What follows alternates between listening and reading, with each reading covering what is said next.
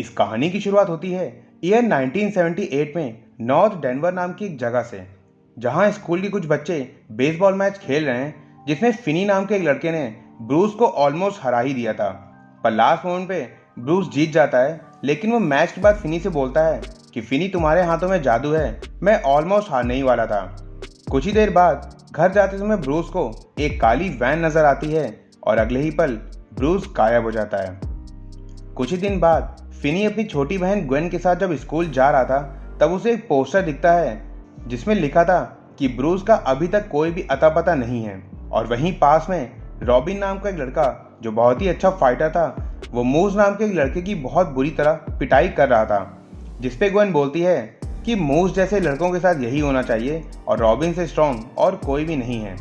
उसी दिन स्कूल में क्लास के बाद कुछ बच्चे फिनी को बुली कर रहे थे, पर रॉबिन उसे बचा लेता है और बोलता है कि यार फिनी, मैं हर बार तुम्हें बचा नहीं सकता, तुम्हें कभी ना कभी तो इन सब का सामना करना ही पड़ेगा। कुछ ही देर बाद स्कूल में ग्वेन से मिलने डिटेक्टिव राइट और डिटेक्टिव मिलर आते हैं। डिटेक्टिव ग्वेन से पूछते हैं कि क्या एमी यमाडा उसकी फ्रेंड है, जिसपे ग्वेन जवाब देती है कि हाँ। और उसके बाद डिटेक्टिव पूछते हैं कि ग्वेन ने एमी यमाडा से उसके खोए हुए भाई के बारे में क्या कहा था, जिसपे ग्वेन जवाब देती है कि उसने तो बस इतना ही बोला था कि उसने सपने में देखा कि एमी के भाई को ब्लैक वैन और ब्लैक बलून वाले एक आदमी ने किडनैप कर लिया है, पर वो सिर्फ एक सपना था, उससे ज़्यादा और कुछ भी नहीं। डिटेक्टिव ग्वेन को बताते हैं कि उन्हें क्राइम सीन से 2 काले बलून मिले हैं और पिछले भी जितने भी मिसिंग केसेस हुए हैं उन सभी क्राइम सीन्स पे पुलिस को ब्लैक बलून मिले हैं। पर यह बात पुलिस ने किसी से भी नहीं कही, जिसका मतलब या तो पुलिस डिपार्टमेंट से ही कोई खबरें लीक कर रहा है या फिर ग्वेन कुछ ऐसा जानती है जो पुलिस से छुपा रही है। और इस बात पे ग्वेन जवाब देती है कि मुझे कभी कभी कुछ सपने आते हैं जो अक्सर सच होते हैं, पर पुलिस उसकी बात पे भरोसा नहीं करती और वहां से चली जाती है। अगली सुबह ग्वेन के डैड उसे बेल्ट से बहुत मारते हैं, क्योंकि उसकी वजह से पुलिस उसके डैड के ऑफिस तक आ गई थी। और ग्वेन की पिटाई करने के बाद उसका डैड उससे बोलता है कि तुम अपनी माँ की तरह नहीं हो, इसीलिए इन सपनों को सच बोलना बंद कर दो। उसी शाम शहर में काफी हड़कंप मच जाता है, क्योंकि किडनैपर ने एक और बच्चे को किडनैप कर लिया था और इस बार नंबर था फिनी के दोस्त रॉबिन का। फिनी बहुत अपसेट होता है और ग्वेन से पूछता है कि क्या तुम आज एक सपना नहीं देख सकती, पर ग्वेन बोलती है कि ये इस तरह काम नहीं करता, जब गॉड चाहते हैं तभी वो मुझे सपने में कुछ दिखाते हैं। पर फिर भी वो सोने से पहले गॉड से रिक्वेस्ट करती है कि काश उसे सपने में रॉबिन के बारे में कोई हिंट मिल जाए। अगली सुबह डिटेक्टिव फिर ग्वेन से पूछताछ करने आते हैं, पर ग्वेन को कुछ भी नहीं पता होता। काफ़ी दिन बीत जाते हैं पर रॉबिन का कुछ भी पता नहीं चलता। और स्कूल में भी बाकी लड़के अब फिनी को बुली करने लगे थे, क्योंकि उसे बचाने के लिए अब रॉबिन वहाँ नहीं था। पर किसी तरह से उसकी बहन ग्वेन उसे बचा लेती है। क्लास में फिनी की क्रश डोना उसे बोलती है कि आज सुबह जो भी हुआ वो बहुत बुरा हुआ, पर तुम्हारी बहन बहुत बहादुर है और काश मेरा और मेरे भाई का भी रिश्ता तुम दोनों की तरह स्ट्रांग होता। स्कूल के बाद ग्वेन फिनी से बोलती है कि आज फ्राइडे नाइट है, वो अपनी फ्रेंड के ही घर रुकेगी और फिनी अकेले ही घर जाने लगता है। पर घर जाते वक्त उसे रास्ते में एक जोकर मिलता है जिसका कुछ सामान गिरा हुआ था। फिनी उसकी हेल्प करने लगता है और जोकर बोलता है कि मैं एक मजिशियन हूँ, और मैजिक दिखाने के बहाने वो फिनी को बेहोश करके किडनैप कर लेता है। पर हाथापाई में फिनी उसके हाथों पे काफ़ी गहरा जख्म भी देता है। होश में आने पे फिनी खुद को एक सुनसान बेसमेंट में पाता है और वो किडनैपर उससे बोलता है कि मानना पड़ेगा, तुमने काफ़ी तेज़ हमला किया जिससे मेरे हाथ में काफ़ी गहरी चोट आई है, इसीलिए देखा जाए तो हम दोनों का हिसाब अब बराबर है। अब मैं तुम्हें कुछ भी नहीं करूँगा और मैं तुम्हारे लिए ऊपर से कोल्ड ड्रिंक लेके आता हूँ और वापस आके मैं तुम्हें सारी बातें एक्सप्लेन करूँगा। किडनैपर के जाने के बाद फिनी हर जगह देखता है, पर भागने के लिए उसे कोई भी रास्ता नहीं मिलता। वहीं पे उसे एक ब्लैक फ़ोन दिखता है जो कि उस रूम में लगा हुआ था, पर कोई फ़ायदा नहीं था क्योंकि वो फ़ोन भी काम नहीं कर रहा था। इधर फिनी के बारे में सभी लोगों को मालूम चल जाता है और ग्वेन गॉड से फिर से रिक्वेस्ट करती है कि काश उसे सपना दिख जाए कि फिनी कहाँ पे है। कुछ ही देर बाद फिनी को उस फ़ोन से एक रिंग सुनाई देती है, पर उठाने पे सामने से किसी का भी जवाब नहीं आता। तभी किडनैपर नीचे आता है और देखता है कि फिनी फ़ोन देख रहा है। किडनैपर बोलता है कि कोई फ़ायदा नहीं है, वो काम नहीं करता। फिनी पूछता है कि क्या तुम ही ने बाकी सब बच्चों को मारा था, जिस पे वो जवाब देता है कि नहीं, मैंने नहीं मारा, किसी और ने मारा है, मैं तुम्हारी मर्जी के बिना तुमसे कुछ भी नहीं करवाऊंगा।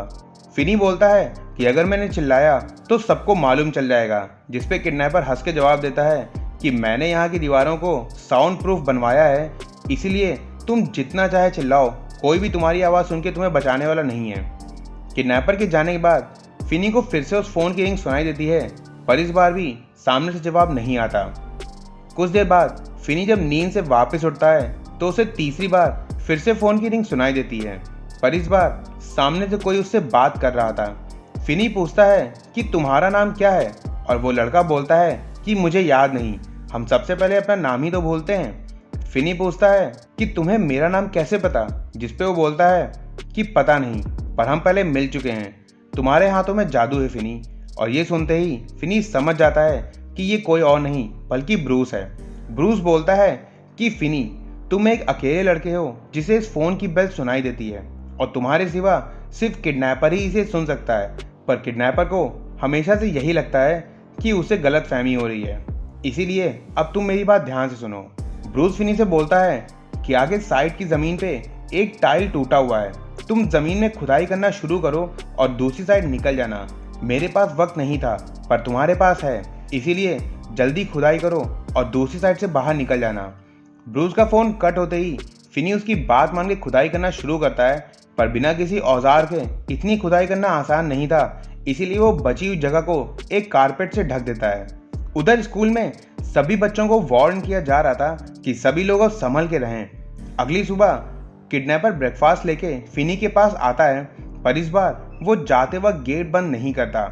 तभी फोन फिर से बजता है और इस बार कोई नया लड़का सामने से बोलता है कि फिनी, ऊपर मत जाना, ये एक जाल है। ऊपर वो किडनैपर हाथ में बेल्ट लेके बैठा है, और अगर तुम ऊपर गए तो वो तुम्हें तब तक मारेगा जब तक तुम रो रो के बेहोश नहीं हो जाते। हम सभी ने उससे रहम की भीख मांगी थी, पर उसने एक बार भी नहीं सुना। फिनी पूछता है कि क्या तुम ब्रूस हो, पर वो कहता है कि नहीं, मैं एक लड़का था जो पेपर बांटता था। और फिनी सुनते ही समझ जाता है कि वो बिली नाम का लड़का था जो एक दिन गायब हो गया था।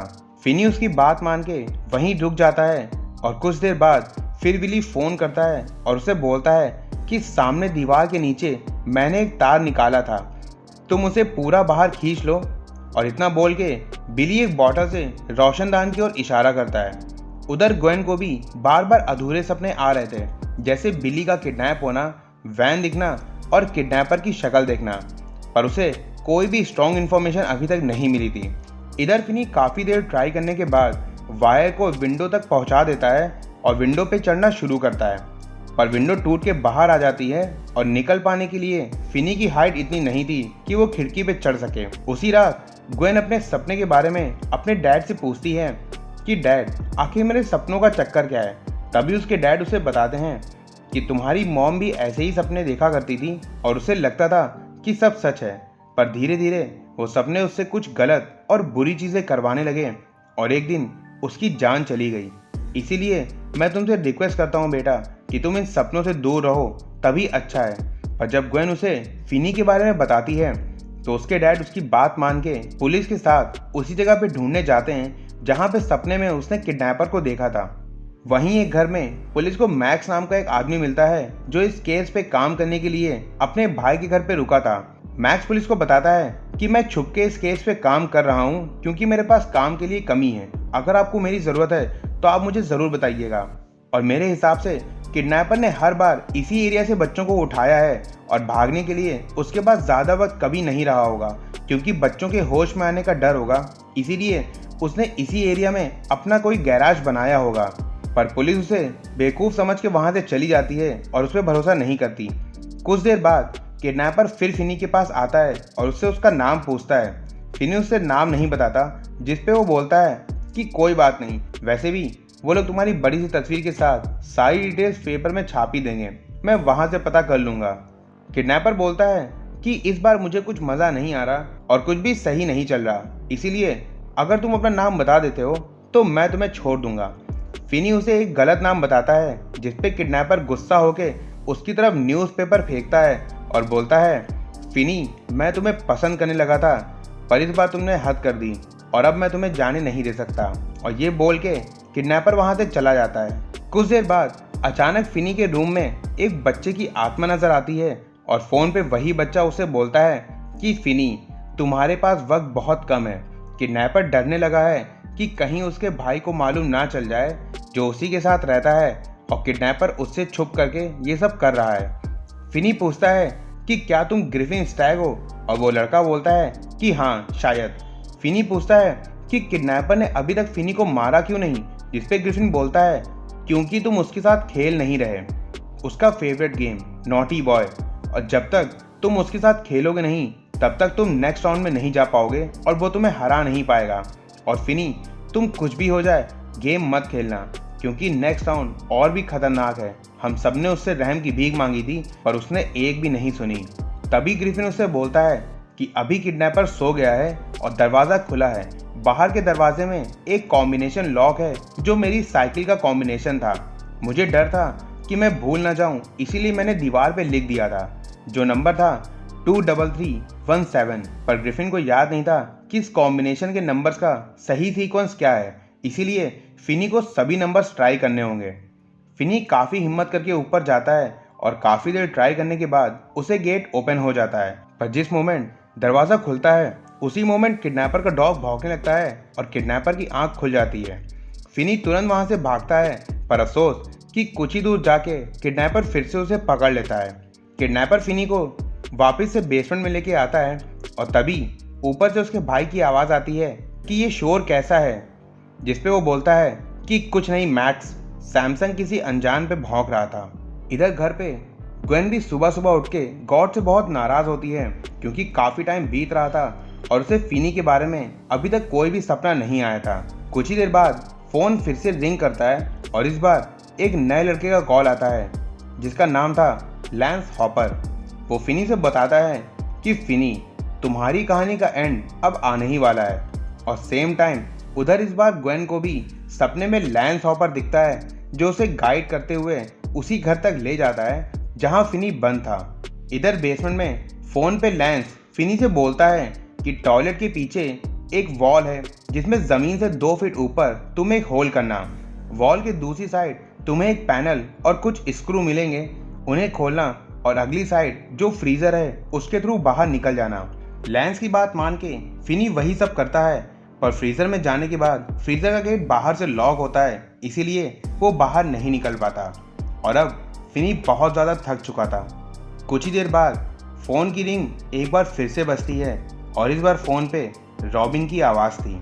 फिनी अपने दोस्त रॉबिन की आवाज़ सुन के रोने लगता है जिस पे रॉबिन बोलता है कि रो मत फिनी, मैं यहीं हूँ तुम्हारे साथ, हमेशा से ही था। फिनी बोलता है कि कुछ ही देर बाद हम लोग हमेशा के लिए एक साथ होंगे और रॉबिन गुस्से में बोलता है कि नहीं, तुम्हारी मौत ऐसे नहीं होगी। तुम्हें याद है मैं तुमसे कहा था कि एक ना एक दिन तुम्हें इन सब का सामना खुद ही करना पड़ेगा और हर बार तुम्हें बचाने के लिए मैं नहीं आ पाऊंगा और वो दिन आज ही है। फिनी बोलता है कि रॉबिन, मैं तुम्हारी तरह कोई फाइटर नहीं हूँ, जिस पे रॉबिन बोलता है कि नहीं तुम हो, मैं हमेशा सिर्फ लोगों को मारता था पर तुम मार खाने के बाद भी कभी पीछे नहीं हटे और इसीलिए तुम सबसे बड़े फाइटर हो। रॉबिन बोलता है कि आज इसी फ़ोन को तुम अपना हथियार बनाओ और उस किडनैपर से लड़ो और हम सबका बदला लो। और रॉबिन के बताने के हिसाब से फिनी उसके अंदर मिट्टी भरता है और जैसे रॉबिन बताता है वैसे ही वो उस रिसीवर से प्रैक्टिस करना शुरू करता है। फिनी पूछता है कि क्या इसके बाद हम लोग फिर कभी बात कर पाएंगे, जिस पे रॉबिन बोलता है कि नहीं दोस्त, ये हमारी आखिरी बात है और इसके बाद तुम सिर्फ अकेले ही हो। फिनी बोलता है कि मुझे तुम्हारी बहुत याद आती है रॉबिन, और रॉबिन बोलता है कि हाँ मुझे भी, पर इसीलिए तुम्हें हम सबका बदला लेना है। फ़ोन कट होने के बाद फिनी रूम में सभी चीज़ों से एक ट्रैप तैयार करना शुरू करता है और उधर ग्वेन भी उसी घर को ढूंढने लगती है जो उसने सपने में देखा था और इस काम में सभी खोए हुए बच्चों की आत्मा उसकी हेल्प करती है। ग्वेन तुरंत पुलिस को कॉल करती है और उसी सेम टाइम मैक्स को भी समझ में आ जाता है कि किडनैपर का सीक्रेट प्लेस कोई और नहीं बल्कि उसके खुद के भाई का घर है। पर इससे पहले मैक्स उसे बचा पाता, किडनैपर अपने ही भाई मैक्स को मार देता है। ग्वेन भी पुलिस के साथ उसी घर पे आ जाती है और तभी किडनैपर बोलता है कि तुम्हारी वजह से मुझे अपने भाई को मारना पड़ा और अब मैं तुम्हें तड़पा तड़पा कर मारूंगा, इससे भी ज़्यादा जितना मैंने उन सब बच्चों को तड़पाया था।